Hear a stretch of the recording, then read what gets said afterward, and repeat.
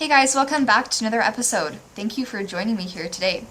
We are still sitting here. If you've been watching my other videos this week, they've all been filmed in the same spot because it is warm here and it blocks the wind and pretty good lighting, and it's a nice day out, so I'm happy to be here. Today's question that I wanted to address, it's not really a question, it's more like a topic. So I wanted to explain to you guys today why your salads should always contain a source of fats. So if you are on a vegan or plant-based sort of lifestyle way of eating, you may be familiar with the high-carb, low-fat vegan community. I sure was. That's how I became vegan. I was kind of assimilated into the raw till 4 high-carb, low-fat vegan health scene. Very prominent on YouTube and social media. And so I did this for a little while, and I kept my fat intake very low, below 5% every day. And then started to increase it up to 10%, and then study nutritional science and realized that I needed way more fat in my diet to be functioning at my healthiest. So for women of reproductive age, we need about 20% of our calories coming from fat. And I'm not really too fond of percentages. I don't like macronutrient ratios anymore. I do not call myself high carb, low fat, even though my diet is fairly rich in carbohydrates. I eat for nutrition. I try to get 100% of all the nutrients that I need throughout the day. So that's vitamins and minerals and amino acids, fatty acids, carbohydrates, fiber. I am able to get 100% nutrition through the microvore diet, which is it's a framework, it's a way of eating that basically picks really microdense, bioavailable, and symbiotic food groups to increase the health of all your cells. So a big part of this way of eating is not just ensuring that you are physically eating the food that's really healthy, you're putting it into your mouth, you're swallowing, and it's going inside your body, but to actually make sure that you're absorbing the food. And so before food is absorbed in the small intestine, it's actually considered outside of your body. And so that salad that you just ate is actually probably not inside of you yet, even though it's in your stomach, because it hasn't crossed into circulation or into the lymphatic system.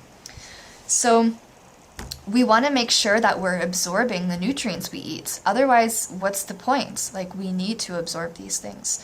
And so this is where the bioavailability comes in.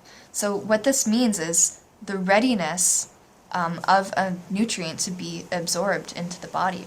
And this takes place mainly in the small intestine. That's where all the action happens. And so certain vitamins in our diets are called fat-soluble vitamins.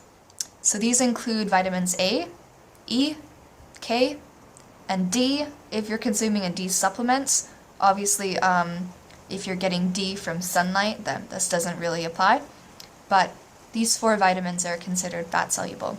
So when you're eating something like a salad, say, you're getting a lot of vitamins, especially if you're consuming dark leafy greens like kale and spinach, and then you're adding in colorful vegetables like carrots and cabbage and cucumbers and celery and those sort of things, red pepper. So you're getting a lot of these fat-soluble vitamins. So they will be held in your stomach, they'll go into your small intestine, and at this point, the fat-soluble vitamins need to be assimilated into a type of protein, a carrier protein called a lipoprotein. And this is because fat-soluble vitamins need to go through our lymphatic system first before they can get into our circulation or be stored in our liver. Now, when we consume fats, most of the enzymatic breakdown occurs in the small intestine, and it's broken down by bile acids, which are released from the gallbladder, and they originate in the liver. So these bile acids break down the fat molecules into tiny, tiny little droplets, and we call these micelles. And these micelles coagulate, and they kind of fit into a package with fat-soluble vitamins, and then the microvilli in our small intestine are able to absorb them in this format. And then fat-soluble vitamins and fat, go hand in hand, and they travel through the lymphatic system and drain out into the bloodstream, and all is good in the world. Most people that are doing high carb, low fats are not getting enough fat to properly absorb these fat-soluble vitamins. It's especially important to have a fat component in your meal, and that's why the microvore meal formula has a source of fats within the formula, because it is a micro synergist. And synergy is simply the combination of different things that together create a different outcome, and in this case a better outcome, because we're able to absorb more of these fat-soluble vitamins. So what are your options for adding fat to your meals? Avocado is a great one. Avocado are like nature's butter, and so they're a really good option. You can slice up avocado to sit on top of a hot soup or mash it up into a salad dressing. You can also go with nuts and seeds.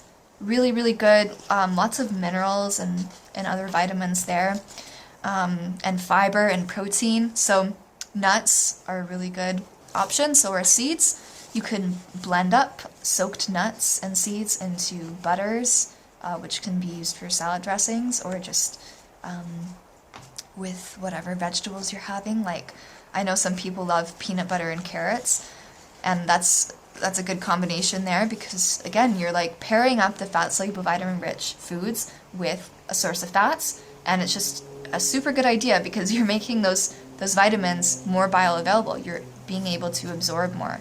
And that's what we really want. We want to get the most of our food, because that's why we eat food. We need it for the raw materials that are broken down and absorbed and then recycled into our own structures and reactions.